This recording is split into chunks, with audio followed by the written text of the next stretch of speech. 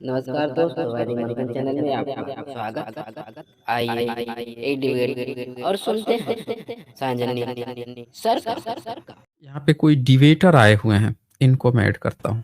हाँ जी, डिबेटर बताएं क्या कहना चाहते हैं। सर आपका मैं देख पा रहा हूँ आज का जो टॉपिक है कि पाखंडी ज़्यादातर पाखंडी भारत में ही क्यों जन्मते हैं। आप यहाँ पाखंडी किसे कहना चाह रहे हैं? ऐसा नहीं लग रहा कि आप किसी एक समाज के किसी एक वर्ग को टारगेट कर रहे हैं, या जिस समाज से ज़्यादातर लोग धार्मिक किताबों को पढ़ते हैं या समाज में बताते हैं उनके बारे में। तो आपको क्या क्यों लग ये रहा है कि सारे पाखंडी जो हैं एक ही जाति में पैदा होते हैं? आपको ऐसा क्यों लग रहा है? बात जाति की नहीं ना। आप एक आप जाति ही तो से कह बहुत रहे हैं सारे कि एक लोग ही हैं। जाति की बात है। आप ही ने तो कहा हाँ, कि आप एक जाति को टारगेट कर रहे हैं, तो हमने यही तो पूछा आपसे कि आपको क्यों लग रहा है कि सारे पाखंडी एक ही जाति में पैदा होते हैं। पहले तो आप ये समझिए कि पाखंडी आप कह किसे रहे हैं। ज्यादातर इसका सेंस ये जा रहा है कि आजकल जो अपने धार्मिक कार्यों में है, भारतीय समाज, हम सभी भारतीय है ना, तो हम इसको समाज में बांटने का काम क्यों कर रहे हैं? ऐसा नहीं लग रहा कि आपको आप क्यों जिस लग तरह की रहा है भाषा कि का प्रयोग कर पाखंड, रहे हैं। अच्छा आप ये ऐसा क्यों सोच रहे हैं कि पाखंड को अपना धर्म क्यों मान रहे हैं आप? जब आप पाखंड को अपना धर्म मान लेंगे तभी आपको ये सोचना पड़ेगा कि आपको कोई टारगेट कर रहा है या आपकी बात कर रहा है। आप पाखंड को धर्म क्यों मान रहे हैं? क्या आपका धर्म ही पाखंड है या पाखंड को ही धर्म समझते हैं? समझते क्या है वो देखिए, बताइए आप। मेरी बात जो है एक आम धारणा पर आधारित है। आम धारणा ये है, अगर कोई भी व्यक्ति अपने धार्मिक कार्यों को निर्वहन करता है, चाहे वो अध्ययन करता हो, चाहे वो किसी भी ग्रंथ का अध्ययन करता हो या अपने धर्म के अनुसार चलता हो, आप ज़्यादातर आदमियों हाँ को देखता बोलिए। हूँ सोशल मीडिया हो या जो अपने आप को खुद को रैशनल कहते हैं, वो भी इनको टारगेट करते हैं पाखंडी कहकर। तो कहीं न कहीं मुझे लग रहा है कि समाज में एक तरह से हम खुद ही बाँटने का काम कर रहे हैं। नहीं, संविधान में कैसे सब आपका भाई-भाई क्या हैं, समाज लेकिन है? इस आपका क्या समाज है? आपका समाज क्या है जो पाखंडियों को पाखंडी कहने पर बँट जा रहा है? क्या समाज है आपका? कौन-सा ऐसा समाज है जिसमें एक चोर को चोर कहने पर वो बँट जाता है, डकैत को डकैत कहने पर बच जाता है? इतना आपका कमज़ोर समाज क्यों है? अच्छा, बताइए। एक बात कमज़ोरी की नहीं, आप ये बताइए कि आप पाखंडी किस आधार पर कहते हैं? जो आदमी धार्मिक कार्यों में आप लिप्त है। पाखंडी किसको समझते हैं? आप ये बताइए, हमने पाखंडी लिखा है, आप पाखंडी मतलब समझते क्या हैं? वही बता दीजिए। मैं जो समझ पा रहा हूँ, मैं आपके समझाइए, समझाइए आप। जो भी आपका ये कन्वर्सेशन है, इसको मैं रिलेट करता हूँ सोशल मीडिया पे जो बातें चलती है। ठीक है, आप इतिहास की अच्छी जानकारी रखते हैं, आप तथ्यों पर बात हुँ। करते हैं, हम इन पे सहमत हैं। हम समझते हैं कि ठीक है, इतिहास में जो चीज़ें हो गई, क्या हम उन चीज़ों को लेकर आज भाईचारा को खराब नहीं कर रहे हैं? अगर हम तो आप मानते हैं कि ये कह बाबा रहे साहब ने। हैं, आप ये कह रहे हैं कि इतिहास में जो बातें हो गई है उसके लिए आपने माफी मांग ली और उन प्रथाओं को खत्म कर दिया है। आप इस एक बात की बात बताइए, गारंटी दे रहे हैं? ये बड़ी हुँ, बड़ी सुंदर प्रश्न है आपका। आप माफ़ी की हुँ। बात आप किनसे उम्मीद कर रहे हैं? इनका कोई एक अथॉरिटी है? एक आप ऐसा कह रहे हैं कि एक केंद्रित कोई एक सत्ता है या कोई केंद्र है जहाँ से इन चीज़ों को फैलाया जा रहा है अभी? तो वही तो आप सत्ता ये उससे कह रहे हैं माफ़ी कि माँगे। आपका ऐसा तो कुछ धर्म जो नहीं है है, ना। आप ये ये कह रहे हैं कि आम आपके धारणा अनेकों है। धर्म है, एक कोई धर्म नहीं है? हर व्यक्ति अपने-अपने इच्छा अनुसार सब स्वतंत्र है ना, अपनी-अपनी इच्छा तो अनुसार जब अपने धर्म को हर पालन करने व्यक्ति के लिए। अपने इच्छा अनुसार स्वतंत्र है तो फिर तो यहाँ आपको मिर्ची लगनी ही नहीं चाहिए थी। हम लोग भी स्वतंत्र हैं कि जो पाखंडी है उसको पाखंडी बोलेंगे, जो चोर है उसको चोर बोलेंगे, जो डकैत है उसको लेकिन डकैत बोलेंगे, एक जो अंधविश्वासी है उसको अंधविश्वासी बोलेंगे। फिर इसमें लेकिन क्या आप दिक्कत आ रही है आपको? हुँ। लेकिन आप ब्राह्मण जिस हैं? तरह के विच आप ब्राह्मण हैं? जी नहीं, जी नहीं। हुँ? क्या हैं मैं आप? ब्राह्मण नहीं हूँ, मैं ओबीसी हूँ, क्या हैं? तो ओबीसी से हूँ मैं। आप ओबीसी हैं तो ओबीसी में आपको क्या दर्द आ रहा है भाई? मैं ये ओबीसी चाहता को हूँ कि क्या भाई, दर्द है? आपका ये बताइए, आपका धर्म क्या है? चलिए इसी पे बात कर लेते हैं। आपका धर्म क्या है? अब देखिए, मैं धर्म की तो बात ही नहीं कर रहा हूँ। आपका टॉपिक है कि पाखंडी, आप सारे उसी पाखंडी की यही बात क्यों कर रहे हैं जन्माते ना। हैं हम? हम हुँ। देखें, पाखंडी तभी आएगा ना जब वो धर्म होगा और धर्म में पाखंड आएगा। तो पहले हम आपके एक-एक चीज़ जो रूट कॉज़ है उसको चेक कर लेते हैं ना कि आपकी प्रॉब्लम कहाँ से आई है। आपने कहा कि आप एक धर्म को एक अच्छा ये बताइए कि ओबीसी के लोग पाखंड करते हैं? देखिए, बोलिए। मैं ओबीसी से हूँ, मैं ये नहीं कह रहा हूँ कि ओबीसी के सारे समाज किसी पाखंड है या जो भी है, उनकी अपनी मान्यता आप है, बताइए, वो आप उन आप जो धार्मिक रूप क्वेश्चन से। पूछे हैं कि एक जाति को टारगेट करते हैं, तो हम आपसे पूछ रहे हैं कि क्या ओबीसी लोग पाखंड करते हैं? बताइए।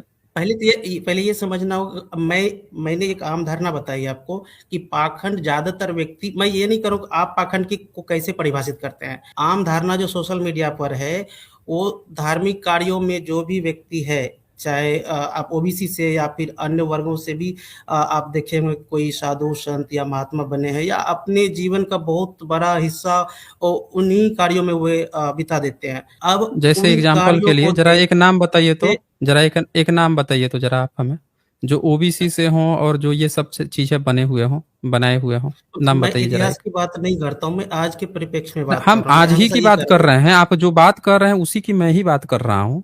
आप जो हूँ। बात कह रहे हैं उसी की बात कर रहा हूँ। एक नाम बताइए आप हमें। अब मैं व्यक्तिगत किसी का नाम क्या लूंगा, लेकिन आप अपने मैं गांव से बिलोंग करता हूँ। गांव में आप देखिए बहुत सारे ऐसे व्यक्ति है जो जीवन का आखिरी समय जब होता है, जब उसका 50-60 साल अच्छा, उम्र हो एक जाता है, 70 साल ओबीसी का उम्र हो नाम जाता है। बताइए, एक ओबीसी का नाम बताइए एकदम करंट में जो शंकराचार्य हो। नहीं है, कोई नहीं है। ओबीसी नहीं है आप शंकराचार्य। तो कोई ओबीसी शंकराचार्य नहीं है। एक ओबीसी का नाम बताइए जिसने, आप जिसको धर्म समझते हैं उसका धर्म ग्रंथ लिखा हुआ हो। नहीं है, ओबीसी समाज से कोई भी नहीं है। नहीं है। अच्छा, एक ओबीसी का नाम बताइए जो किसी भी पीठ का मालिक हो, पीठाधीश हो, मठों का मालिक हो, मठाधीश हो, जो बड़े बड़े मठ हैं, जो 51 शक्तिपीठ हैं, जो शंकराचार्यों के जो इतने सारे मठ हैं, इनका। देखिए आप हर बात को ओबीसी से जोड़ के देखते हैं। अभी नहीं नहीं, हम ओबीसी का ओबीसी से निर्माण देख के ओबीसी जोड़ना पड़ेगा ना। आप काम, ओबीसी हैं ना, आप हाँ ठीक ओबीसी है ना, हैं। आपने यहाँ पे व्यक्तिगत तो कहा कि बात नहीं हो आपको रही है ऐसा, ना। एक मिनट, आपने यहाँ पे कहा कि आपको नहीं लगता कि आप एक जाति को टारगेट कर रहे हैं। तो हम तो ये जानना चाहते हैं कि आपका जो दर्द है वो किस जाति के लिए उभरा है। जब ओबीसी न शंकराचार्य है, न किसी का पीठाधीश है, न कोई धर्म ग्रंथ लिखा है, न धर्म ग्रंथ का अनुवाद किया है, जब वो किसी स्टैंड पे है ही नहीं, यानी आपका कोई स्टैंड नहीं है, तो आप किसका झंडा लेके खड़ा होके किस जाति की यहाँ बात करने आए थे, हम वो जानना चाह रहे हैं ना आपसे। अब बताइए कौन सी ऐसी जाति है जो ये सारे धर्म ग्रंथ लिखी है, बोलिए। अच्छा एक बात बताइए, ओबीसी का निर्माण कब हुआ? संविधान लागू होने के बाद, है ना? बाबा साहब ने आ, तो उससे समाज के वर्गों पहले को 4 भागों में बांटा। ज्योतिराव फूले जी से पहले कितने ओबीसी पढ़े लिखे थे? नहीं था, कोई नहीं था। ज्योतिराव फूले जी को खुद पढ़ाया अंग्रेजों ने। जी। तो हम आपसे पूछ रहे हैं कि आपका धर्म तब नहीं था, तब आपके ये पाखंडी लोग नहीं थे, आपको उस समय पढ़ाते लिखाते नहीं थे। पूरा ठेका ही ओबीसी को कौन सा ठेका दे दिए थे भाई? पढ़ाई लिखाई अंग्रेज आके पढ़ा रहा है, ओबीसी अच्छा को देखिए पढ़ाई का आप हक अंग्रेज दिया है। आपका धर्म हम्म, तब कहाँ था? कौन सा ऐसा धर्म का पालन कर रहे थे जिसका ईश्वर भी आपको पढ़ने लिखने की बात नहीं किया, वो भी आपको अनपढ़ बनाए रखा?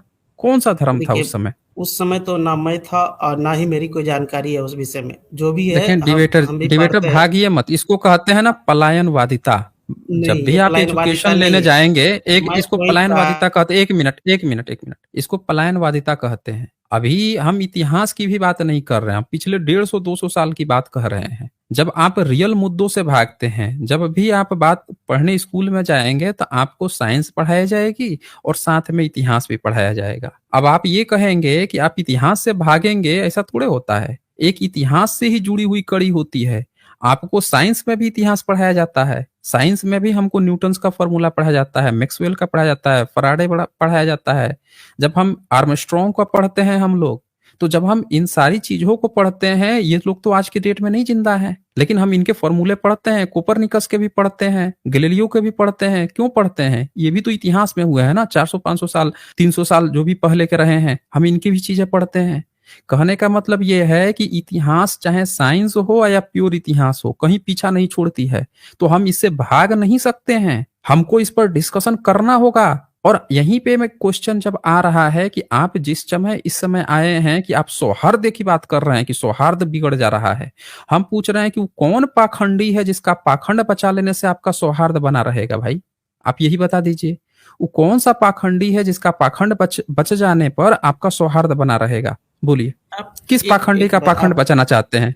अच्छा ये बताइए, आप आसाराम को आप जानते हैं? जी जानता हूँ। आप आसाराम आसाराम को की तो तो बात सारे ही नहीं कर रहे नेता, हैं ना। आप हम आसाराम सबकी की तो बात बात कर नहीं रहे हैं कर ना, रहे हैं। हम सबकी बात आप कर रहे बात हैं ना, हम सारे पाखंडियों नहीं, की बात मैं कर रहे हैं। देखिए मैं जो जितने समझ पा रहा हूँ पाखंडी हैं, आप हर एक पाखंडी की हम बात कर रहे हैं ना हम यहाँ पे। हमें एक बात जी, बताइए, सिंपल सी बात बताइए, एक सिंपल सी बात बताइए, आप रामकृष्ण को मानते हैं? भगवान जी को तो मानते मानते हैं। होंगे ना? हाँ, वो बिल्कुल किस मानते हैं। धर्म के लोग हैं?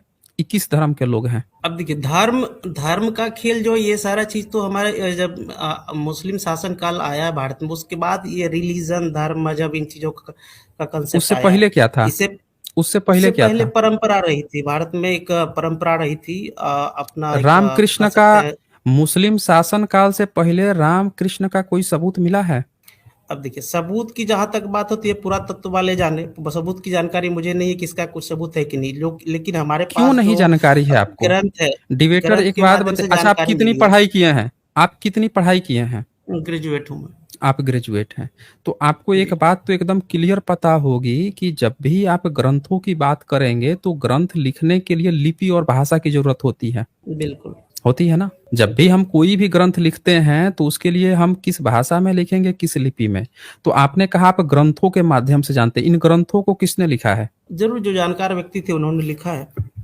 उस कौन समय, लोग आज जानकार से 100 व्यक्ति साल, थे 2 साल, आपके 500 हिसाब साल पहले जो भी थे। आपके हिसाब से कौन व्यक्ति जानकार व्यक्ति रहा होगा, बोलिए। देखिए, राम जी के बारे में हम कैसे जानते हैं? जैसे हम अभी जिस एरिया में हैं, या आप यूपी बिहार का जो भी एरिया है, अब रामचरितमानस बहुत फेमस है इधर। रामचरितमानस के माध्यम से हम जानते हैं, तुलसीदास इनके बारे में लिखे हैं। तो तुलसीदास अपनी भाषा अवधि में लिखे हैं। उससे पहले ऐसा भी बताया जाता है कि संस्कृत में भी लिखा गया था, जो कि वाल्मीकि जी के द्वारा लिखा हुआ था। जो भी हो, तो हमारी जो जानकारी है तुलसीदास के थ्रू आती है, अवधि भाषा से कम इतना तो पता, 800, 400, 500 साल पहले तुलसीदास ने लिखा था। अब तुलसीदास के बारे में तो कह सकते हो, वो जानकार व्यक्ति थे, एक जानकार व्यक्ति थे, उनको जानकारी थी, उनको जरूर कहीं न कहीं से जानकारी मिली होगी, कोई ना कोई सोर्स होगा। ऐसे तो मान ग्रंथ कहानी नहीं लिख सकता ना वो। अच्छा, तुलसी ने आपके ओबीसी पिछड़े वर्ग के बारे में क्या लिखा? उस समय ओबीसी था नहीं ना, ओबीसी पिछड़ा वर्ग था नहीं ना। तो ओबीसी पिछड़ा वर्ग नहीं था, लेकिन उसको कुछ तो कहा जाता होगा ना, कुछ तो नामकरण दिया गया होगा कि पिछड़ा देखिए, वर्ग जो है इसका नामकरण दिया होगा। अभी आप हम्म। कुछ भी कोरिलेशन निकाल लीजिए, कुछ भी निकाल लीजिए, नहीं, तो आप उससे क्या भागिए मत, होगा? देखिए मुद्दे से, देखिए मुद्दे हाँ, से मत भागिए ना। आप पहले मुद्दा छेड़ रहे हैं, जब मैं उस मुद्दे पर डिस्कशन करने जा रहा हूं तो आप मुद्दा छोड़ के भाग जा रहे हैं। काहे ऐसा कर रहे हैं भाई? डिस्कशन देखिए जब आप। किया जाता है ना तो अच्छे से किया जाता है। हमने तुलसी का नाम नहीं लिया, आपने कहा हुँ, तुलसी एक बहुत जानकार व्यक्ति था, तो हमने हुँ, आपकी ही बात को कहा कि जब वो इतना ही जानकार था तो उसने पिछड़े वर्ग के बारे में कुछ ना कुछ तो लिखा होगा। हमने यही तो पूछा ना, और आप तुरंत भागना शुरू कर दिए। भाई मैं भाग जानकार नहीं रहा हूँ, व्यक्ति उसी है मैं बोल रहा हूँ, तो नहीं पिछड़ा भाग वर्ग रहे हैं, का तो जो हम मेहमान आपकी है, तुलसी की, तुलसीदास कौन सी सदी का था बताइए? वो 17वीं शताब्दी का था। ठीक है, मैं ये कह रहा हूँ सत्रहवीं कि पिछड़ा सत्रहवीं वर्ग सदी का था। अर्थात अब सुनिए, ओबीसी एक मिनट, आजादी के एक बाद मिनट, बना हुआ। एक मिनट, हाँ, अरे भागिए मत भाई, इतना जल्दी भागने की क्या जरूरत है? जब हम बात कर ही रहे हैं तो अच्छे से बात करेंगे ना। हम्म। कीजिए, मैं एक भाग नहीं एक रहा चीज हूँ। पर जब तक उसको अच्छे से आप नहीं समझिएगा तो आपको भी लगेगा कि आप अंधेरे में हैं। हम हुँ, आपको तुलसी जब इतना जानकार व्यक्ति था, 17वीं सदी में उसको राम के बारे में कहाँ से पता चल गया बताइए? 17वीं अब सदी देखिए में एक एक जो व्यक्ति है 17वीं सदी में, जिस समय भारत में मुगल हैं, सब भारत में हुँ, मुस्लिम है, मुगलों का शासन है। अब मुगल हुँ। तो भारत में बहुजन कह रहा हूँ, भारत के जितने भी लोग थे उनकी बहु बेटियां लूटते थे ना मुगल, क्यों? अब वो क्या करते थे? आप तो तुलसीदास से मुगल पर चले गए। तो आपका नहीं प्रश्न है नहीं, कि तुलसीदास की अरे जानकारी भाई कहाँ से हम मिली? तो वही पूछ आप रहे भाग रहे हैं। हैं ना? हाँ, नहीं नहीं, आप भाग रहे हैं यहाँ से। हम पूछ रहे हैं कि जिस समय आप इस दावा करते हैं कि मुगल जो है भारतीयों की बहु बेटियां लूट लेते थे, उसके उसके समय में एक व्यक्ति को राम के दर्शन हो रहे थे। हम आपसे ये पूछना चाह रहे हैं कि तुलसी जब इतना जानकार व्यक्ति था, जिसको राम के बारे में इतनी जानकारी हो रही थी, तो आपके भगवान उस समय थे कि नहीं थे? और तुलसी जब इतना जानकार व्यक्ति था तो उसने शूद्रों के बारे में क्या लिखा, क्या जानकारी दिया है? हम आपसे यही पूछे हैं, आप वही चीज देखिए, जवाब नहीं दे रहे उन्होंने हैं। शूद्रों के हम्म। बारे में जो कुछ भी लिखा हो, अब उनका क्या हम्म। अभिप्राय था उस समय, और आज उसको हम किन अर्थों में ले आप रहे हैं, कह रहे हैं, अच्छा इसको। कौन सी जाति से था वो, कौन सी जाति से था? वो ब्राह्मण समाज से था। ब्राह्मण ब्राह्मण समाज समाज से से था था। वो। तो एक जी। ब्राह्मण समाज का जो जानकार व्यक्ति है, वो जो जानकारी दिया है, तो एक नजर डाल लीजिए। आपका जो जो जाति है, पढ़िए तो क्या लिखा है, पहला वाला ऊपर से ही। लिखा हुआ है, साप देता हुआ, मरता हुआ और कठोर वचन कहता हुआ भी ब्राह्मण पूजनीय है, ऐसा संत कहते हैं।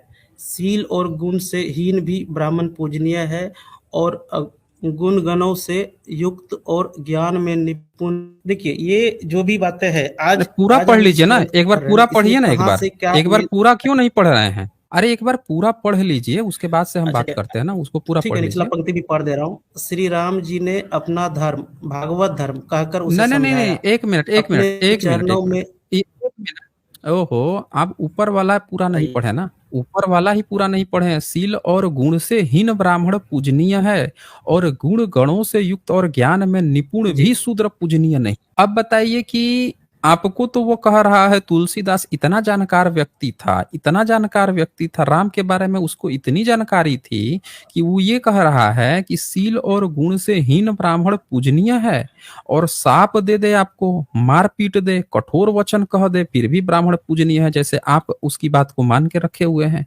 और आपको कह रहा है, आप आए थे उसका ब्राह्मणवाद बच्चा ने यहाँ नहीं, पे, और क्या देखिए कह रहा है, जर्नी जी, एक मिनट, आपको इसी ये बात का ब्राह्मणवाद दर्द था बचाने ना नहीं कि आया आप हूँ। एक एक आप वही आए थे बच्चा ने, आपने क्या कहा यहाँ पे, आपने यही कहा था ना कि एक जाति, आपको नहीं लग रहा था एक जाति जो धर्म ग्रंथ पढ़ती है उसको आप जो है टारगेट कर रहे हैं, तो आप आए थे उसी को बचाने। और वो आपके बारे में क्या कह रहा है कि श्राप देता हुआ, किसको श्राप देगा, आप ही को देगा, क्योंकि हमने तो नहीं देखा, ये तो मस्जिद में बैठ के रहते थे, तुलसीदास बैठ के वहां पे लिखते थे, तो ये तो मुगलों को तो नहीं गाली दी है, अकबर के उल्टे उसका जो दरबारी था उसके यहाँ अपनी किताब रखवा दी है टोडरमल के यहाँ, और कह रहे हैं कि एक ब्राह्मण साप देता हुआ, मारता हुआ, कठोर वचन कहा, फिर भी ब्राह्मण पूजनीय है। आपको लतिया दे, जुतिया दे, सुठिया दे, तो भी आपके लिए पूजनीय है, ऐसा संत कहते हैं। तो आप बहुत जानकार व्यक्ति है, देखिए बता रहा है, सील और गुण से हीन ब्राह्मण पूजनीय है, तब भी वो पूजनीय है। लेकिन आप जो हैं, कितना भी गुण गणों से युक्त हो जाएं, ज्ञान में निपुण हो जाएं, फिर भी शूद्र पूजनीय नहीं है। तो जो व्यक्ति आपको इतना लतिया जुतिया दे रहा है, वो भी आपके लिए पूजनीय है। आप बता रहे हैं कि बहुत जानकार व्यक्ति था, ये सबसे जानकार व्यक्ति आपके बारे में जानकारी दे रहा है कि आपको जूते की नोक पर रख रहा है, तब भी आप पूजनीय नहीं है, चाहे कितना ज्ञानी बन जाए। आप किसका ब्राह्मणवाद यहाँ पे आए थे बचाने भाई, बता दीजिए आप डिबेटर, क्या बचाने आए थे आप? देखिए, जिसको आप जानकार कह पहली रहे बात हैं तो मैं वो ये लात बोल दे जूती रहा हूँ, मारने की बात कर रहे हैं यहाँ पे। हाँ बोलिए। पहली बात तो मैं ये बोल रहा हूँ, हम लोग अभी मेन मुद्दे से बहुत दूर चले गए हैं। तो ठीक है, मैं इसी पे बात हमारा कर लेता मेन हूँ। आप मुद्दा जो नहीं, जो भी देखें श्लोक हमारा दिखा रहे मेन हैं ना, मुद्दा यही है, सुने, देखें एक मिनट डिबेटर, आप ऐसे मत भागिए, डिस्कशन होता है ना, तो उसके बेसिक्स पहलू जो होते हैं उसमें कई पॉइंट्स होते हैं, हर एक पॉइंट को डिस्कशन करना होता है। ये आपने क्वेश्चन उठाया था, हमने कभी तुलसी का नाम नहीं लिया, हमने तो सिर्फ ज्योतिराव फूले जी के समय का लिया था, ओबीसी पूछने के लिए। आपने खुद पहुंच गए वहां पे तुलसी पे, और उसको बताया कि वो बहुत जानकार व्यक्ति था, उसको राम के बारे में जानकारी थी, ब्राह्मण था वो, और वो व्यक्ति आपको जूते की नोक पे रखने की बात कह रहा है, वो व्यक्ति जूते की नोक पे रखने की बात कह रहा है, उसको आप बोल रहे हैं जानकार व्यक्ति। तो आपको नहीं लग रहा है कि आप जो है अपना सम्मान खुद ही गिरा दिए हैं? कहा जाता है कि एक व्यक्ति का सम्मान ना, पहले खुद अपने को जो सम्मान नहीं देता है उसको दुनिया सम्मान नहीं देती है। तो आपको नहीं लग रहा है कि आप जैसे ओबीसी, अगर ओबीसी हैं तो, अगर ब्राह्मण, पता नहीं ब्राह्मण है कि नहीं है हमें नहीं पता, आप ओबीसी कह रहे हैं तो हम मान लेते हैं, अगर आप ओबीसी हैं, अगर आप अपने को खुद को इज्जत नहीं दे रहे हैं तो आपको कौन इज्जत देगा भाई? जो आपको जूते की नोक पर रखने की बात कह रहा है उसको आप बोल रहे हैं कि सबसे बड़ा पूजनीय है, वो सबसे बड़ा जानकार है। अब बोलिए आप क्या कहना चाह रहे हैं, बोलिए। मैं ये कह रहा हूँ, जो बातें गलत है आज के हम्म। परिप्रेक्ष्य में, जो भी श्लोक आपने दिखाया, आपको लगता है इससे कि जो भी ये बातें कही तुलसी जो गई है है, ये उसकी गलत जो है। सोच है वो गलत है? आपको लगता है कि ये पहली बात, तुलसी जो बोल रहा है वो मुझे गलत 1 है? मिनट बोलने दीजिए, 1 मिनट बोलने दीजिए। आप जो बातें बोलिए, गलत लेकिन है, ये तो क्लियर कहिए इसको ना कि दुनिया इसकी का बात ये हर गलत व्यक्ति है। गलत कहेगा ना। इसको मैं गलत कहता हूँ, हम्म। ठीक है? इसको कोई भी गलत कहेगा, मैं क्या, कोई भी गलत अच्छा, कहेगा। इसमें क्या लेकिन चीज ये सही, चेरी अच्छा पिकिंग इसमें है, क्या साइंस चीज जर्नी सही? जी, ये चेरी पिकिंग है। आप जो अच्छा, उठा रहे हैं सही ना, ये चीज चेरी क्या है? पिकिंग है। हाँ, नहीं, कैसे इसमें चेरी जो भी पिकिंग है, अच्छी साबित बातें कीजिए कैसे हैं, चेरी पिकिंग है। नहीं नहीं, चेरी आप पिकिंग ये इसको नहीं इसको कहते उठा हैं के बोल रहे डिबेटर जी, हैं। आपको पता नहीं है चेरी पिकिंग? एक मिनट, एक मिनट, चेरी पिकिंग आप अच्छी वो समझ नहीं पा रहे चेरी पिकिंग क्या होती है? आपको यही नहीं पता है कि चेरी पिकिंग क्या होती है? आप कह रहे हैं इसमें जो अच्छी बातें हैं, आपको पूरा गुह में लपेट के और कुछ दे दिया, और आप क्या कह रहे हैं कि चेरी पिकिंग है? आपको शर्म नहीं आ रही है? इतना बेशर्म कैसे कोई हो सकता है भाई? आपको सरेआम यहाँ जूते की नोक पे रख रहा है, और ये किताब 17वीं सदी की है, कोई ये भी नहीं कह सकता कि मिलावटी किताब है, 17वीं सदी की है। इस किताब में ये साफ साफ लिख रहा है कि कोई भी शूद्र जो है, चाहे गुण गणों से युक्त हो जाए, ज्ञान में निपुण हो जाए, तो भी शूद्र नहीं, पूजनीय नहीं है। और क्या कह रहा है कि एक ब्राह्मण जो है पीट रहा है, श्राप दे रहा है, मारता पीटता, कठोर गाली गलौज कर रहा है, तो भी पूजनीय है, उसमें सील नहीं है, गुण नहीं है, तो भी। अब आप कह रहे हैं कि चेरी पिकिंग है। भैया, चेरी पिकिंग उसको कहते हैं कि एक पूरा सेंटेंस है जिसका कुछ और मीनिंग निकल रहा है, उसका एक छोटा सा हिस्सा निकाल के कुछ और मीनिंग निकाल दिया जाए, इसको चेरी पिकिंग कहते हैं। यहाँ पे एकदम क्लियर क्लियर लिखा हुआ है, चेरी पिकिंग नहीं है। और आप बता दीजिए कि इसमें कहा क्या अच्छी बात लिखी हुई है, वही बता दीजिए आप। पहले तो ये आपकी गलत धारणा है कि ये चेरी पिकिंग है। चेरी पिकिंग का मतलब नहीं समझ रहे हैं। ये चेरी पिकिंग नहीं कहते हैं, ये हकीकत है जो इसके बारे में सोचता है। अब बताइए कि इसमें क्या आपको अच्छा लग रहा है, जो अच्छा दे दिया है? चलिए चलिए ठीक है, मैं मान लेता हूँ कि चेरी पिकिंग नहीं है, लेकिन आप उन चीजों को उठा के दिखाते हैं जिसका कोई अर्थ नहीं है आज हम्म। समाज में। आज के तो परिप्रेक्ष्य में आप नहीं है। देखिए ना, अच्छा, आज आप कह रहे हैं कि इसका अर्थ नहीं है। आप कह नहीं रहे हैं नहीं, कि इसका अर्थ इसका नहीं अर्थ है। नहीं है, तो आप इसका बताइए कोई कि अर्थ नहीं। भारत में जितनी, आज अच्छा चलिए हम आपकी आज इसी बात पर एक एक रुक जाइए, अब रुक जाइए। आपने कहा आज इसका कोई मतलब नहीं है। अब बताइए सेंट्रल यूनिवर्सिटी में भारत के कितने ओबीसी प्रोफेसर हैं? अभी तो भारत की है जितनी सेंट्रल यूनिवर्सिटी हैं 2000, उसमें ओबीसी के कितने प्रोफेसर हैं बताइए? अभी तो है 2020 तक नहीं था, लेकिन अभी है। अभी मुझे संख्या एग्जैक्ट याद नहीं तो है, लेकिन अभी है। 2020 तक सुन लीजिए, आप लोगों ने कह रहे हैं 2020 तक नहीं था। भाई एक बात बताइए कि 2000 आजाद हुए भारत को 1947 हो गया। ये किताब बहुत, मतलब आप कह रहे हैं 17वीं सदी है, और आज तक ओबीसी के प्रोफेसर नहीं है। कितने प्रोफेसर हो गए हैं अभी? कितने प्रतिशत प्रोफेसर हो गए होंगे बताइए? आप ओबीसी के मुद्दा कितने बदल रहे प्रतिशत हैं, प्रोफेसर हो गए हैं? आप जंप कर हम्म। रहे हैं टॉपिक बाई टॉपिक। फिर से मैं आपको तो वापस आप जंप कर रहे हैं मिस्टर डिबेटर, आप जंप कर रहे हैं। आपने कहा कि ये आज की डेट में कोई नहीं मानता है, तो हमने आज की डेट में पूछ लिया भाई कि अगर ये बात जो है आप ब्राह्मणों का कि गुण गणों से युक्त ज्ञान में निपुण शूद्र पूजनीय नहीं है, क्या आज भी ऐसा है? तो हमने आपको रियल डेटा पूछ लिया। अब रियल डेटा हम आपको दिखाते हैं। आप 2020 कह रहे थे, हम 2022-23 का आपको आंकड़ा दिखाते हैं। हम आपको हकीकत दिखाते हैं ना। आप लोगों का क्या चक्कर है कि आप लोग जानकारी नहीं रखते हैं, और न रखने के कारण ये नेचर है दुनिया का। अच्छे जो रिसर्च पेपर हैं उसमें से 2023 का डेटा है ये, और इस 2023 के डेटा में ये है आपका, ये देखिए ये लिस्ट है ये, और इस लिस्ट में दिखाया गया है कि जो जनरल वर्ग के जो प्रोफेसर हैं, ये सबसे नीचे वाला जो आप डेटा देख लीजिए, ये प्रोफेसरशिप का डेटा है। सब लोग देख लीजिए। ऊपर आदिवासी लोग हैं, दलित, एससी को दलित इसने लिख दिया है, ओबीसी यहाँ पे लिखा है, ये ओबीसी का डेटा है। और प्रोफेसरशिप में आप देखेंगे तो ओबीसी का 2023 में पता ही नहीं चल रहा है। रिजर्वेशन ओबीसी को कितना मिला है? कहाँ गए ये डिबेटर? बताएंगे जरा आप हमें। चेक कर लेते हैं ना अभी कितना हक मिला है। हाँ, ओबीसी को 27% रिजर्वेशन ओबीसी को कितना? 27। अब जनसंख्या प्रतिशत कितना है ओबीसी का? 52 के आसपास है, 52%। कैसे आपको पता चला 52% है? देखिए, ये तो अभी तो हाल में कोई जनगणना हुई नहीं जाती है। जनगणना 1931 का जो भी रिकॉर्ड है उस आधार पर कह तो सकते हैं, तो या कुछ ज्यादा बढ़ा 1931, होगा। अच्छा अच्छा, इस 27% जो आंकड़ा दिया गया है, तो एससी एसटी का जितना जनसंख्या प्रतिशत होता है उसी हिसाब से उनको रिजर्वेशन दिया जाता है। यानी जनसंख्या जितना प्रतिशत होगा उसी हिसाब से आपको रिजर्वेशन मिलता है। तो जब आपको पता है 52%, तो आपको 52% रिजर्वेशन क्यों नहीं दिया गया है? और जनसंख्या गणना जो होगी उसमें हो सकता है कि 52 की बजाय आपका 65 आ जाए। तो जनसंख्या गणना आज तक क्यों नहीं करवाई गई, और आज तक आपको जो है 52% रिजर्वेशन क्यों नहीं मिला? इसका जरा जवाब दीजिए आप हमें। पहली बात तो आप ये समझिए कि जनगणना क्यों नहीं करवाया गया, ये सरकार सरकार का काम है। करवाना ना करवाना नहीं, ये सरकार का काम ठीक नहीं है। है। सरकार का तो काम नहीं है, ये सरकार का काम नहीं है। भारत में ओबीसी के कितने प्रधानमंत्री बने हैं अब तक बताइए? अब देखिए, इसकी जानकारी नहीं है मेरे पास। तो एक एक बात आपको बता इसकी पहली जानकारी बात। नहीं है? आपको हाँ इसकी ठीक। जानकारी नहीं है कि कितने ओबीसी प्रधानमंत्री बने? ठीक है।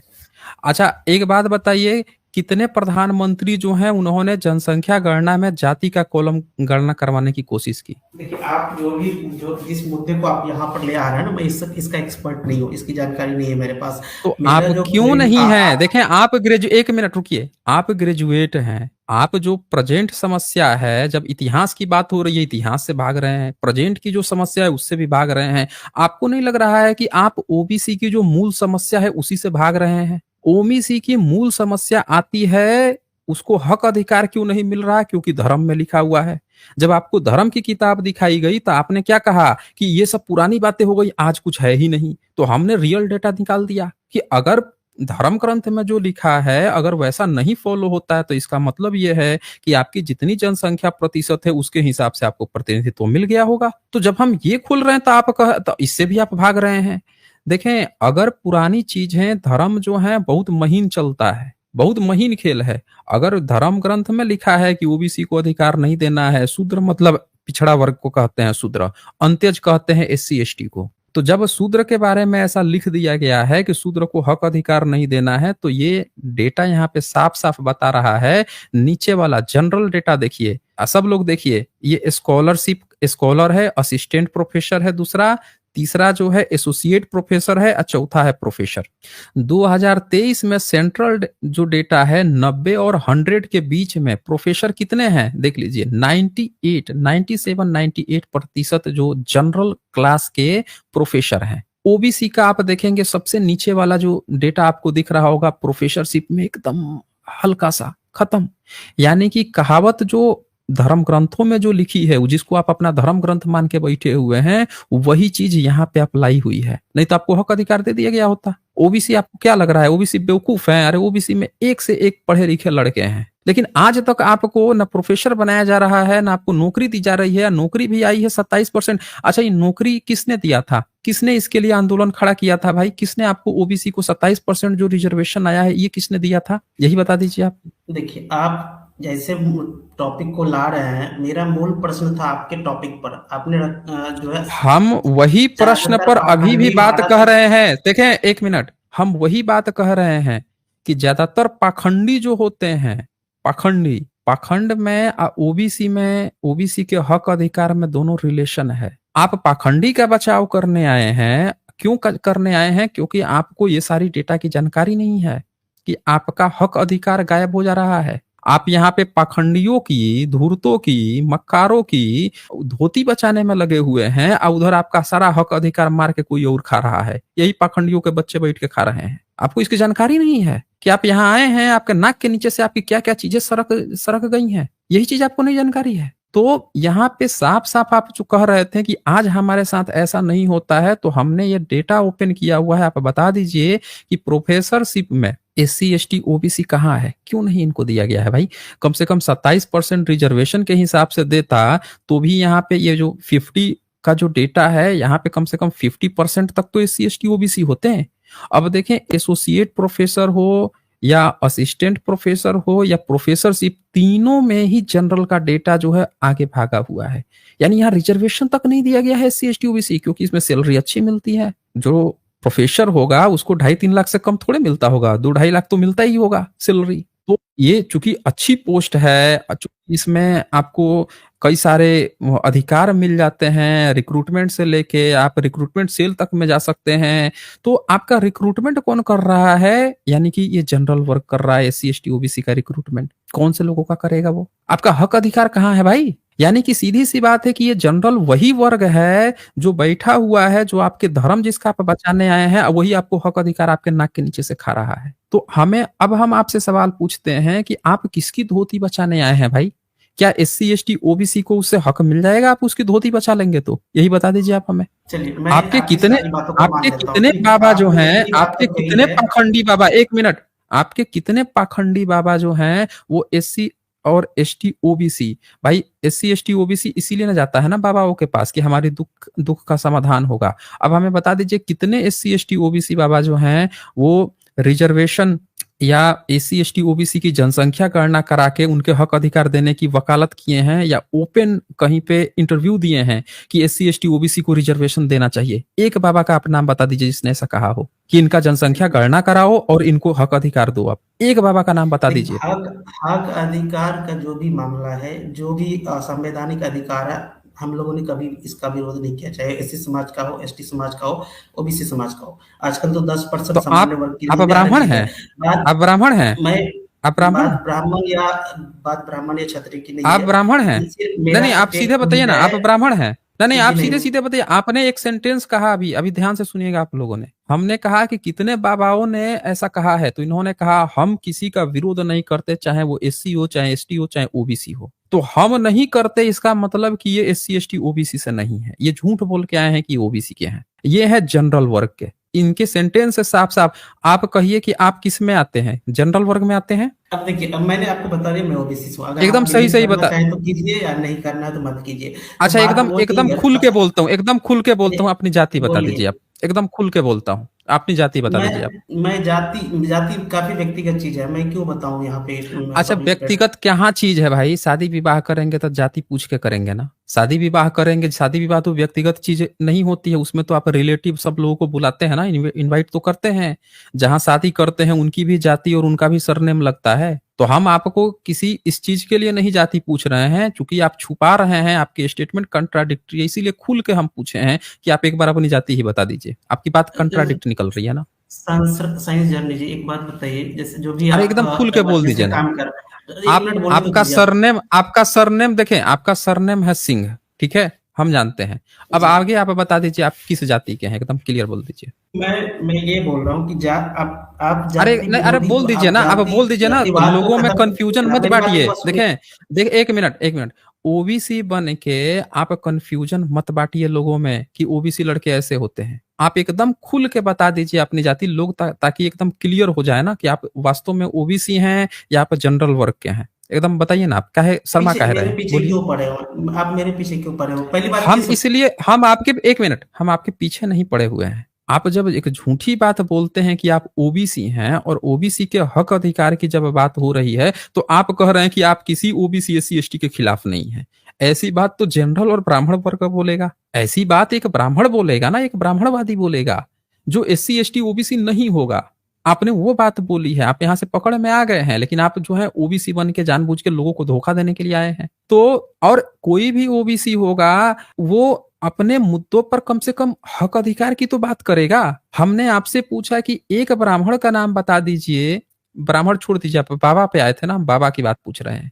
एक ब्राह्मणवादी का नाम बता दीजिए, एक पाखंडी का नाम बता दीजिए, जो कोई भी बाबा हो जो पाखंडी हो, जिसका पाखंडवाद बचाने आए थे और जो कहता हो कि भाई ओबीसी एससी एसटी की जातीय जनगणना करवाओ और उनका जितना भी जनसंख्या प्रतिशत है वो उनको दे दो। आप एक भी बाबा का नाम बता दीजिए, हम मान लेंगे कि वो पाखंडी नहीं है। बोलिए।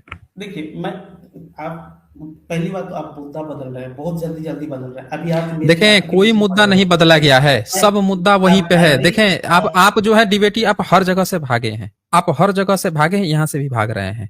हमारे सवाल में पाखंडी था, हमारे सवाल में अभी भी ओबीसी का हक था, हमारे सवाल में अभी भी बाबा था, और आप कह रहे हैं मुद्दा बदल गया। मुद्दा बदलना उसको कहते हैं कि जब आप पाखंडी बाबा का बचाव करने आए थे और हम पाखंडी बाबा की बजाय छोड़ के, वो मुद्दा उसमें नहीं इंक्लूड होता, आप किसी दूसरे चीज की बात कर रहे हो, तो उसको कहा जाता कि आप टॉपिक बदले हैं।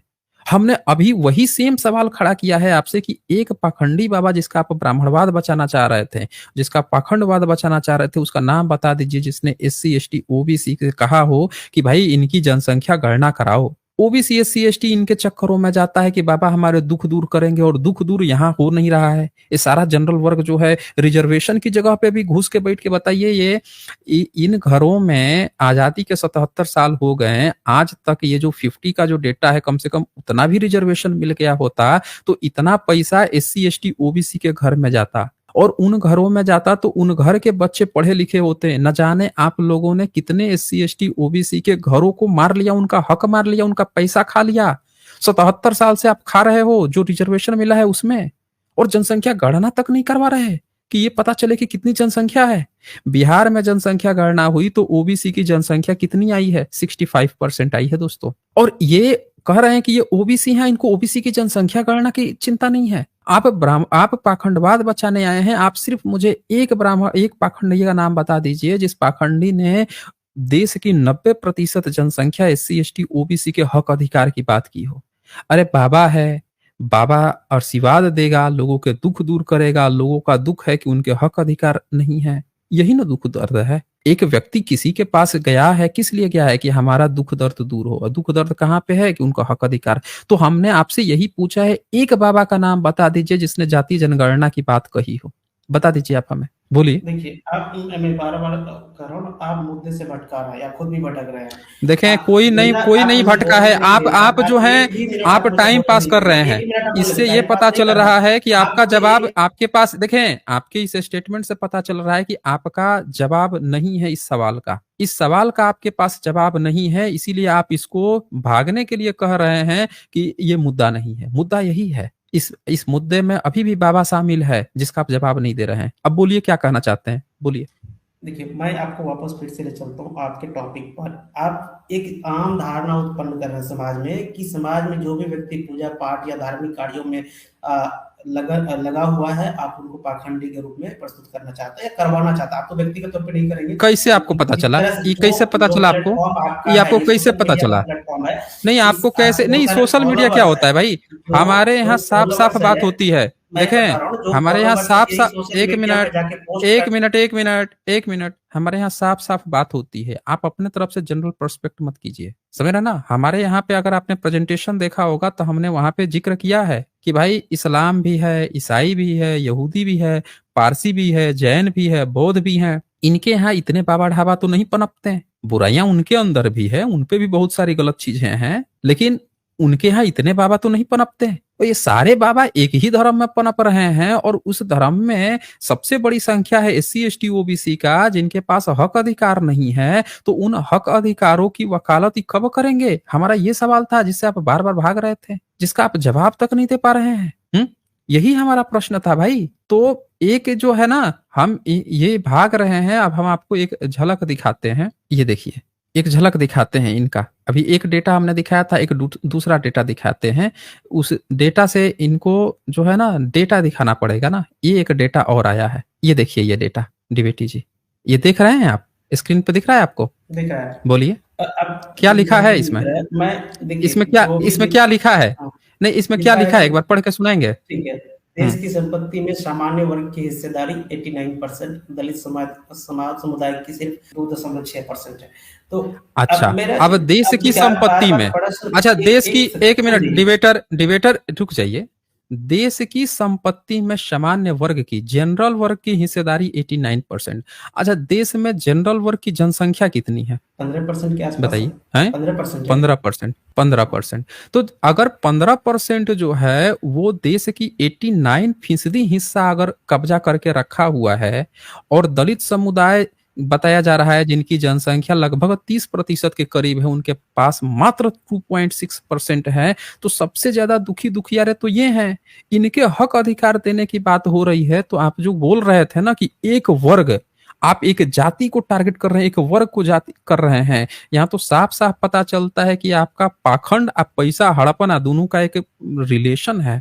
आपको नहीं लग रहा है नहीं, कि जो आप पाखंडी है ज़बरदस्ती वही पैसे सबसे और बड़ा संपत्ति की वो जो चीज़ों है? को बीच में ला रहे हैं। समाज में देखिए नहीं नहीं नहीं, असमानता है, सब चीज समाज तो आप आर्थिक रूप से हमें बता असमानता है, दीजिए। उसको दूर आप करने के लिए क्या हम्म उसको दूर करने के हम्म लिए क्या हम समाज में भाईचारा खत्म हम्म करके करेंगे? हम एक-दूसरे के प्रति अच्छा, लांछन लगाएँगे, अच्छा, एक-दूसरे के प्रति धार्मिक अच्छा, विद्वेष अच्छा। फैलाएँगे। ये जो भी बातें हम्म होती है, आप इसको किस तरह हम्म से सोशल मीडिया पे प्रेज़ेंट किया हम्म जाता है, आप शायद देखते भी होंगे। हम्म इससे तो समाज डिबेटर महोदय, आप जो है एक सीधी सी बात क्यों नहीं बता रहे हैं यहाँ पे कि आप कह रहे हैं धार्मिक द्वेष बढ़ाएंगे। हम पूछ रहे हैं कि आपके धार्मिक द्वेष जाए भाड़ में, हमको उससे मतलब ही नहीं है कि आपके पाखंडी, आपका धार्मिक द्वेष क्या है? आप किसी के घर में डकैती कीजिए, उसके घर के उसके सारे संसाधन छीन लीजिए, धर्म ग्रंथ में लिख दीजिए उसको। मनुस्मृति चैप्टर 2 चैप्टर 3 में आपने क्या लिख रखा है कि एक क्षत्रिय जो होता है वो किसी के घर में घुस के, किसी का दरवाजा तोड़ के और उसके घर के मार पीट के या लड़की को उठा के ले आया। वो लड़की कितनी उम्र के, 6-7 साल, 8 साल, 12 साल से कम ही होनी चाहिए, उठा के लेके आए और उस विवाह को आपने कहा है राक्षस विद्या, जो क्षत्रियों के लिए वैध है। क्षत्रिय कर सकता है ऐसा? आप इसको धर्म कहें। और उसके बाद से जो है, जितना आपका जो जनरल वर्ग है वो 89% देश की संपत्ति हड़प के सरेआम डकैती करके बैठे रहे, और आप हमको द्वेष समझा रहे हैं कि आप लोग जो है बात कर रहे हो कि सब लूट रहे हैं, बहुजन समाज को ही लूट रहे हैं, जिनके पास मात्र 2.6% है, इन्हीं से चंदा लिया जा रहा है, इन्हीं को लूटा जा रहा है। आप हमको द्वेष समझा रहे हैं यहाँ पे। भाड़ में जाए आपका द्वेष। हमको नहीं चाहिए ऐसा कोई भाईचारा जिसमें हमेशा जो है बहुजन समाज ही लूटाए। पूरे बहुजन समाज को लूट लूट के एकदम उनको खसोट के एकदम गरीब अस्थि पिंजर बना दो उसको। आप ये इसको भाईचारा बता रहे हैं हम लोगों को? इसी पे आप ओबीसी बन के आए थे? ये ओबीसी के नहीं है दोस्तों। आप साफ लोग देख लीजिए, ये ओबीसी है ही नहीं। और ये व्यक्ति जो है हमेशा गाली गलौज, इस नाम से, इनका जो भी नाम है, मैं नाम नहीं डिस्क्लोज कर रहा हूं क्योंकि ये नाम लिख के नहीं आए हैं, लेकिन ये गाली गलौज करते हैं हमेशा।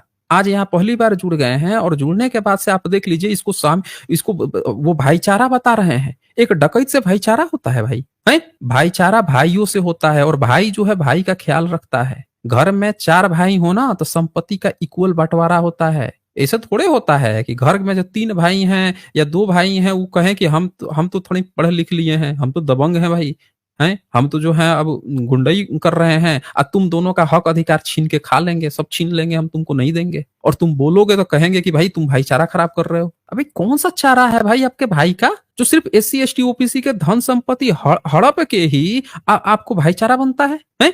शर्म नहीं आती आप लोगों को? इतना बेशर्मी कहां से लाते हो भाई? आपने अपने धर्म ग्रंथ में हर जगह मारने काटने की बात लिखी है SC ST OBC को। आप जो है यहाँ प्रैक्टिकल जो सर्वे आ रहा है उसमें आपने 89% जो है संपत्ति सारा करके रखे हो। मात्र 2.6% जो है दलित समुदाय आप लिखे हो कि दलित समुदाय को मात्र 2.6 संपत्ति है और जनसंख्या इनकी न जाने कितनी है।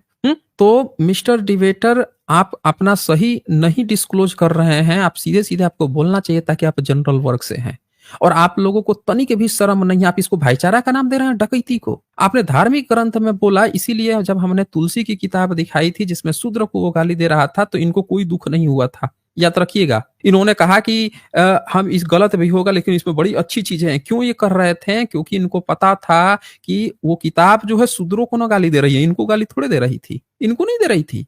और ये सरेआम डकैती को आप क्या कह रहे हैं कि भाईचारा बिगड़ रहा है? कोई भाईचारा नहीं बिगड़ रहा है भाई। ये संपत्ति हक अधिकार की बात है और हक अधिकार जो है ना उससे भाईचारा नहीं बिगड़ता है, हक अधिकार लिया जाता है। आपने कौन सा भाईचारा है भाई कि आज तक दलित समुदाय जो है मात्र 2024 का आंकड़ा है, दलित मात्र 2.6% संपत्ति है और जनसंख्या 27, 28, 30% के करीब है। तो कौन सा भाईचारा है ये जिसके आप बिगड़ने की बात कर रहे हैं? बताइए, आप मुझे 1 मिनट बोलने दीजिए, आप बोलने नहीं दे रहे हैं। आप बोलिए ना, बोलिए, चलिए बोलिए, बोलिए। आजादी के समय कितनी रियासतें थी जो सामान्य वर्ग के राजा महाराजाओं का था? उन्होंने राष्ट्र निर्माण के लिए दिया कि नहीं? इस देश के लिए राष्ट्र निर्माण के लिए दिया कि नहीं? अगर आप उन चीजों को अनदेखा करते हैं, वो सबके हित के लिए था। राष्ट्र बना, एक कहाँ उन्होंने दिया? कहाँ उन्होंने क्या दिया था? उन्होंने क्या दिया था? 565 रियासतों में आज जो भी उनका था, उनका था रियासत उनका था, उनके दखल में था, उनके कंट्रोल में था, उनके दखल में नहीं था। आप याद रखिए, उनका कोई दखल उखल नहीं था। ये रियासतें जो होती हैं किसी की बपौती नहीं थी। यहाँ पर जबरदस्ती उसको कहे पड़े थे कि हमारा है, हमारा है। जैसे आज ये संपत्ति हड़प के आप समझ रहे हैं कि हमारा है, नहीं है आपका। अगर 4 भाई घर में है ना, चारों की बराबर संपत्ति होती है। अगर एक जो है गुंडई करके 3 लोगों का छीन भी ले ना तो वो दावा कर सकता है कि हम लेके बैठे हुए, लेकिन उसका वास्तव में उसका है नहीं, वो है चारों भाई का बराबर है। तो आप कोई वो थोड़े किए एहसान कर दिए हैं क्या कि ये रियासतें आपने दे दी है? रियासतें जनता की थी, लड़ाई करने जनता जाती थी। राजा एक ही होता है, राजा के परिवार 5-10 होंगे, उनके लड़ाई से जीत जाएगा क्या वो? उनके सारे जितने सेवाएं जो हैं वहां के लोग जो हैं दूसरी जातियां हैं वो सब देती हैं। तो आप लोग कोई रियासत वासत का खेल मत खेलिए। ये देश भारत का था, ये सम्राट अशोक का था और सम्राट अशोक जो है उन्होंने साफ साफ लिखवा के गए हैं कि मैं अपनी बीवी के साथ भी सोता रहूं तो भी अगर किसी को प्रॉब्लम है तो लेके आना भाई। वो तो नहीं कहे हैं कि हमारा है ये देश, वो बोले हैं कि हम ये पूरी जनता जो है संतान की तरह है। तो ये किसी का एक का नहीं होता है जो आप एहसान दिखा रहे हैं कि उन्होंने दिया, उन्होंने। हकीकत ये है कि 89% संपत्ति है सामान्य वर्ग की। और आप जिसकी बात कह रहे हैं, जिन क्षत्रियों की बात कर रहे हैं, क्षत्रियों की संपत्ति दिनों दिन कम हुई है, समझ रहे हैं? बढ़ी ब्राह्मणों की है। आपको जाके उनसे बात करनी चाहिए कि देश का प्रधानमंत्री ब्राह्मण बना, उसके बाद से लगातार ब्राह्मण बने, तो आप लोग क्षत्रिय काहे डाउनग्रेड हुए? आपकी संपत्ति लगातार क्यों कम हुई? और बढ़नी चाहिए थी SC ST OBC, क्योंकि इनका हक अधिकार छीना गया था, इनमें डिस्ट्रीब्यूट होना चाहिए था, लेकिन पेट किसी और के पेट में गया, संपत्ति में किसी और का इजाफा हुआ। तो आपको ये जानकारी जाके उनसे बोलनी चाहिए थी। और आप जो है क्या बात कर रहे हो यहाँ पे कि ये देखिए, ये आंकड़ा अब हम आपको दिखाते हैं ना, ये देखिए, ये सब लोग अब ध्यान से देखिए ये डेटा क्या बताता है कि 2013 में जो ऊंची जातियों का प्रतिशत था ये था 80.3%, ठीक है। 80% आज 89 हो गया है बढ़ के, जबकि 2013 में 80% था, यानी 9%। पिछली जो सत्ता, ये जो पिछले 10 साल 11 साल से जो सत्ता आई है, इसने जनरल वर्ग की ही संपत्ति बढ़ाने में काम किया है। OBC SC ST का घटा है, याद रखिएगा, ओबीसी उस समय 17.8%, देश का लगभग 18% पैसा जो है ओबीसी के पास था 2013 में। लेकिन जैसे ही झंडा लेके घूमना हम शुरू किए हैं, तो ओबीसी का अब देखें 2014 में 20% भी हो गया, 17 से 20 बढ़ा। और 2014 के बाद से क्या हुआ, अब नई जो सत्ता आती है तो ओबीसी लगा राम मंदिर बनवाने, मंदिर मंदिर खेलने। ये देखिए कैसे डाउनफॉल शुरू हुआ, ये सब लोग देख लीजिए। 20 से सीधे 17.6 पे पहुंचा 2015, एक साल में ही सीधे 17.6। उसके अगले साल 16.8, फिर 16.1, 14.4। लगातार ओबीसी 2014 के बाद से आप लोग देखिए गरीब पर गरीब होते जा रहा है। और ये हम लोगों को खेल समझा रहे थे किस चीज का, कि टॉपिक की बात, ओबीसी हक अधिकार की। देख ले जाइए आप आंकड़े देखिए ओबीसी का, और 2022 में डेटा आया है कि 9% पे आ गया है। यानी ओबीसी लगातार गरीब से गरीब में गरीब होते जा रहा है। अब देखिए ये डेटा आप लोग देख लीजिए, सब लोग अपनी आंखों से देख लीजिए। और ये जनरल वर्ग जो है कहां पहुंच गया, 88.4। एससी एसटी भी डाउन हो गया है, पहले 4% तक भी पहुंचा था एससी एसटी, अब वो 2.6% तक। यानी देश की 9 2 11 11.6% ही संपत्ति एससी एसटी ओबीसी के पास है। अब पूरा का पूरा ये जनरल वर्ग लेके बैठा हुआ है। और ये हम लोगों को बता रहे हैं कि आज भी जो धर्म है, धर्म के अनुसार नहीं चल रहा भाई, ये सब चीजें धर्म के अनुसार ही चल रही हैं। नहीं तो आप जैसे लोग जो ओबीसी बन के आ रहे हैं, आप जनरल वर्ग से हैं, छत्री वर्ग से हैं, आप जो हैं आके इस बात की वकालत करते हैं कि देखिए भाई सबको हक अधिकार मिलना चाहिए। लेकिन आप किसके साथ खड़े हैं, आप ब्राह्मणवाद के साथ खड़े हैं। आप आए थे ब्राह्मणों का ब्राह्मणवाद बचाने, क्यों? क्योंकि ये जो संपत्ति बढ़ रही है, इस संपत्ति में आपको लगता है कि आपकी बढ़ रही है, हकीकत यह है कि क्षत्रियों की संपत्ति, इस जनरल वर्ग में क्षत्रियों की संपत्ति डाउन हुई है। याद रखिएगा, जनरल वर्ग में क्षत्रियों की, कायस्थों की, इनकी भी डाउन हुई है। ये डेटा इंडिविजुअल, क्योंकि जनसंख्या गणना करवाते नहीं है, ये सारे जितने गैर ब्राह्मण लोग हैं सब लोगों को चढ़ जाना चाहिए भाई जनसंख्या गणना कराओ। अभी सारे क्षत्रियों को भी पता चल जाएगा कि भाई देखो हमारी भी कैसे डाउन होती जा रही है। सिर्फ ओबीसी और एससी की नहीं, हमारी जनरल वर्ग के अंदर हमारी डाउन हो रही है। किसकी बढ़ रही है, किस जाति की संपत्ति लगातार बढ़ रही है। तो इसीलिए डिबेटर आज तो अब समय भी खत्म हो रहा है, आगे कभी आइएगा और ये तमाम मुद्दों को इंक्लूड करके आइए, थोड़ा जानकारी बढ़ाइए अपनी। आप जिसको बचाने की बात कर रहे हैं, जिन पाखंडियों की बचाने की बात कर रहे हैं, वो सब इससे लिंक जुड़ा हुआ है। वो आयोजन करता है, करोड़ों करोड़ों एक दिन में बटोर के ले जाता है, और पैसे किसके जा रहे हैं, एससी एसटी ओबीसी के। ये दिनों दिन गरीब होते जा रहे हैं। एससी एसटी ओबीसी को मैं बार बार कहता हूं कि आप अपना पैसा जो है हमेशा एससी एसटी ओबीसी को ही दीजिए। अगर आप पैसा खर्चा भी करते हैं ना, तो वो पैसा अपने ही समाज में खर्चा कीजिए, ताकि आपके अपने में ज्यादा फायदा हो। नहीं तो जनरल वर्ग आप इधर उठा के इन पाखंडियों को दे रहे हैं, तो उससे क्या हो रहा है कि वो दिनों दिन तो धनी होते जा रहा है, हम ओबीसी एससी एसटी जो है लगातार डाउन होते जा रहे हैं। तो इस चीज का आप ख्याल रखिए कि पैसा जो है पाखंडियों के पास गलत जगह पर न इन्वेस्ट करें। आज बस इतना ही, फिर मिलेंगे हम अगली वीडियो में अगले जानकारी के साथ। तब तक के लिए नमस्कार।